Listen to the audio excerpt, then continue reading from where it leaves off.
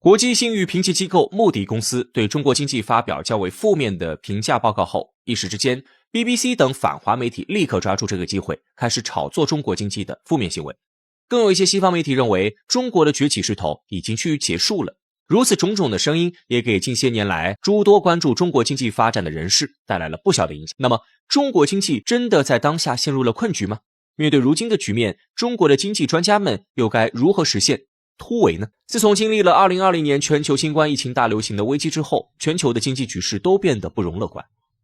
这种大背景下，美联储开始疯狂加息，以便向全世界推割财富。中国的经济形势也出现了不小的变化。相比于2010年代动辄 8% 到 10% 的经济增长率，这几年中国经济增长的速度明显有所放缓。在这种情况下，许多西方媒体都开始唱衰中国经济，认为中国经济高速发展的时代即将过去了。为此，他们还发明了一套新的理论 70% 魔咒。所谓的 70% 魔咒其实是一个非常唯心主义的观点。持有这种观点的人认为，所有在经济层面上保持迅猛发展势头的国家，最终都在其经济总量即将超过美国的 70% 时陷入停滞。过去美国在冷战当中较量了近半个世纪的苏联，经济总量还没有达到美国的 70%。所以单从经济层面上来看，苏联输掉冷战几乎是一件必然会发生的事情。而上个世纪80年代，日本的经济突飞猛进，一度令美国人感到无比担忧。结果美国人用一纸广场协议封死了日本经济成长的未来。日本经济的总量也停留在了当时美国经济体量的 75% 左右的位置，这才让美国的各路政客和经济学家们大松了一口气。因此，直到今天，仍然有不少美国的经济学家们坚信，中国的经济增长势头即将会大受打击，中国经济也将在其体量在接近美国经济体量的 70% 时陷入空前的危机。目前，根据国际货币基金组织 IMF 的预测数据显示，美国在新一年的经济总量即将会达到 26.85 万亿美元。而根据中国政府公布的经济数据显示，中国的经济总量已经达到了18万亿美元的关口。简单估算一下，人们就会发现，目前中国的经济总量已经占到了美国经济总量的接近 67%， 而中国经济也的确来到了一个命运的十字路口。那么接下来中国的经济究竟会不会因为困难而陷入停滞呢？所谓的 70% 魔咒对于中国这样已经开展了40年改革开放策略的国家来说，又是否成立呢？其实明眼人都能看得出来，所谓的 70% 魔咒是一个非常荒谬的说法。如果将这套说辞扩散给全美国的民众，恐怕就连美国人自己也无法完全认同这样的说法。首先，苏联的经济发展成就之所以会跟美国有着巨大的差距，那是因为两国之间的历史和经济体制大不相同。而日本的经济之所以会陷入停滞，是因为美国政府对他们的经济策略进行了粗暴的干涉。如果排除美国人的因素，日本的经济不一定会在其总量逼近美国经济总量的 70% 时陷入停滞。如今，美国人又试图运用这一套所谓的规则来衡量中国的经济成长空间，这显然是非常不符合逻辑和现实的。因为当前中国的经济并没有受到美国的控制，中国的科研工作者更是在持续攻关关键技术，力图让我国的科技产业迎头赶上英美各国。在这样的背景下，美国人便立刻开始谈论所谓的 70% 魔咒，实在是有些太过乐观。另外，近期中美两国经济数据的波动本身也与两国所采取的经济和货币策略有着密不可分的关系。如果抛开了经济政策去谈经济增长，这种行为也是相当荒谬的。众所周知，在2020年全球新冠疫情爆发之后，美联储便开始用加息的方式向全世界吸收财富。同时，美国政府在整个社会层面上采取了扩张性的财政政策。为了刺激美国民众的消费欲望，美国政府不断地印制钞票，直接发给美国的工薪阶层，这才促使美国的消费和经济数据在全球经济大萧条的背景之下，仍然维持着稳健的局面。但这样的做法本身还是存在着巨大的风险，或者说，如今美国的经济实力本身已经不足以支撑如此冒险的扩张性经济政策。早在几个月前，就有共和党的议员们批评过拜登政府所采取的扩张性财政政策。他们认为，拜登政府应该把主要的精力放在提振国内金融市场的信心上，而这又涉及到了共和党和民主党两党自身的政治考量。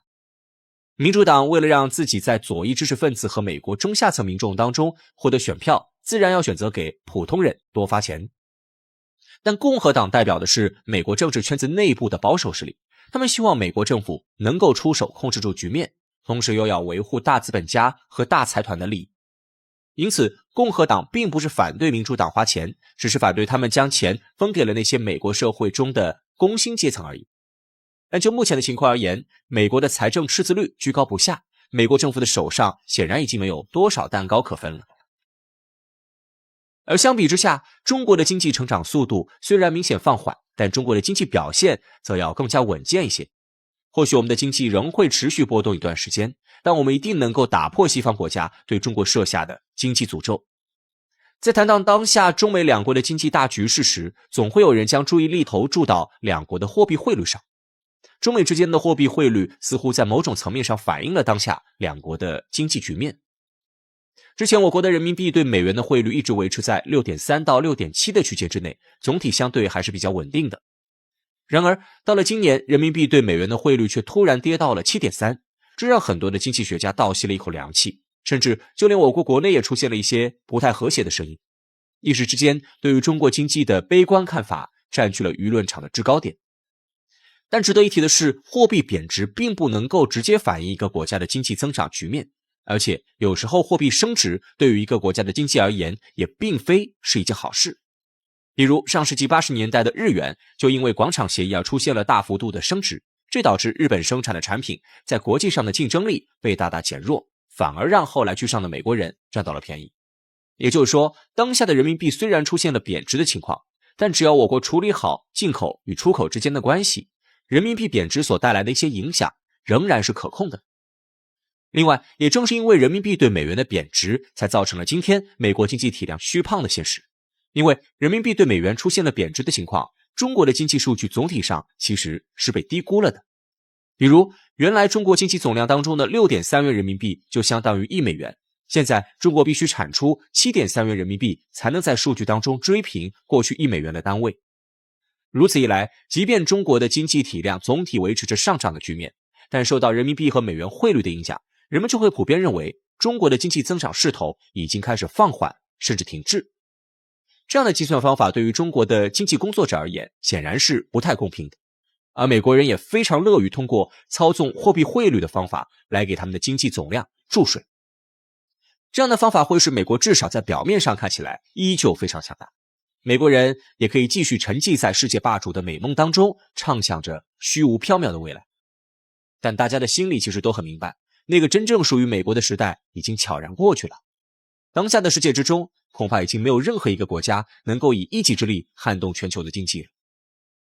中国的经济改革目前固然已经进入了深水区，每前进一步都会令我们的经济工作者和产业格局产生一定的阵痛效应。但中国经济的风险仍然是可控的，中国经济的未来也仍然是可以被期待的。自从新中国成立以来，我们的国家就一直在西方各国的冷眼和嘲讽当中成长与发展。这样的局面直到今天都没有完全得到改变，中国人也不必太过在意外界的非议和眼光。毕竟中国的经济成长惠及的是14亿中国人民，而不是华尔街的某些资本家。当全体中国人民都能在新的经济局面下拥有自己理想的生活时，针对中国经济的谣言也就会不攻自破了。眼下的风险与挑战对于中国经济的总体面而言依旧是微不足道的。中国经济发展的这艘巨轮必然会在世界经济的汪洋大海之中继续劈波斩浪，稳健前行。36省的简称省会，黑龙江省简称黑，省会哈尔滨；吉林省简称吉，省会长春；辽宁省简称辽，省会沈阳；河北省简称冀，省会石家庄；甘肃省简称甘，省会兰州；青海省简称青，省会西宁；陕西省简称陕，省会西安；河南省简称豫，省会郑州；山东省简称鲁，省会济南；山西省简称晋，省会太原；安徽省简称皖，省会合肥；湖北省简称鄂，省会武汉；湖南省简称湘，省会长沙；江苏省简称苏，省会南京；四川省简称川，省会成都；贵州省简称黔，省会贵阳；云南省简称滇，省会昆明；浙江省简称浙，省会杭州；江西省简称赣，省会南昌；广东省简称粤，省会广州；福建省简称闽，省会福州；台湾省简称台，省会台北；海南省简称琼，省会海口；新疆简称新，省会乌鲁木齐；内蒙古简称蒙，省会呼和浩特；宁夏简称宁，省会银川；广西省简称贵，省会南宁；西藏简称藏，省会拉萨；北京市简称京，省会北京；上海市简称沪，省会上海；天津市简称津，省会天津；重庆市简称渝，省会重庆；香港简称港，省会香港；澳门简称澳，省会澳门。你们都是哪里的呢？36省的简称省会：黑龙江省简称黑，省会哈尔滨；吉林省简称吉，省会长春；辽宁省简称辽，省会沈阳；河北省简称冀，省会石家庄；甘肃省简称甘，省会兰州；青海省简称青，省会西宁；陕西省简称陕，省会西安；河南省简称豫，省会郑州；山东省简称鲁，省会济南；山西省简称晋，省会太原；安徽省简称皖，省会合肥；湖北省简称鄂，省会武汉；湖南省简称湘，省会长沙；江苏省简称苏，省会南京；四川省简称川，省会成都；贵州省简称黔，省会贵阳；云南省简称滇，省会昆明；浙江省简称浙，省会杭州；江西省简称赣，省会南昌；广东省简称粤，省会广州；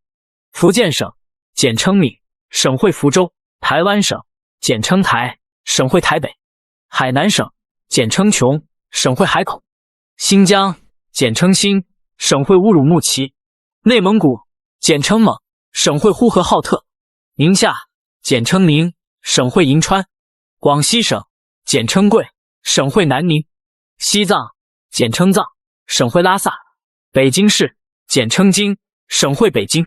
上海市简称沪，省会上海；天津市简称津，省会天津；重庆市简称渝，省会重庆；香港简称港，省会香港；澳门简称澳，省会澳门。你们都是哪里的呢？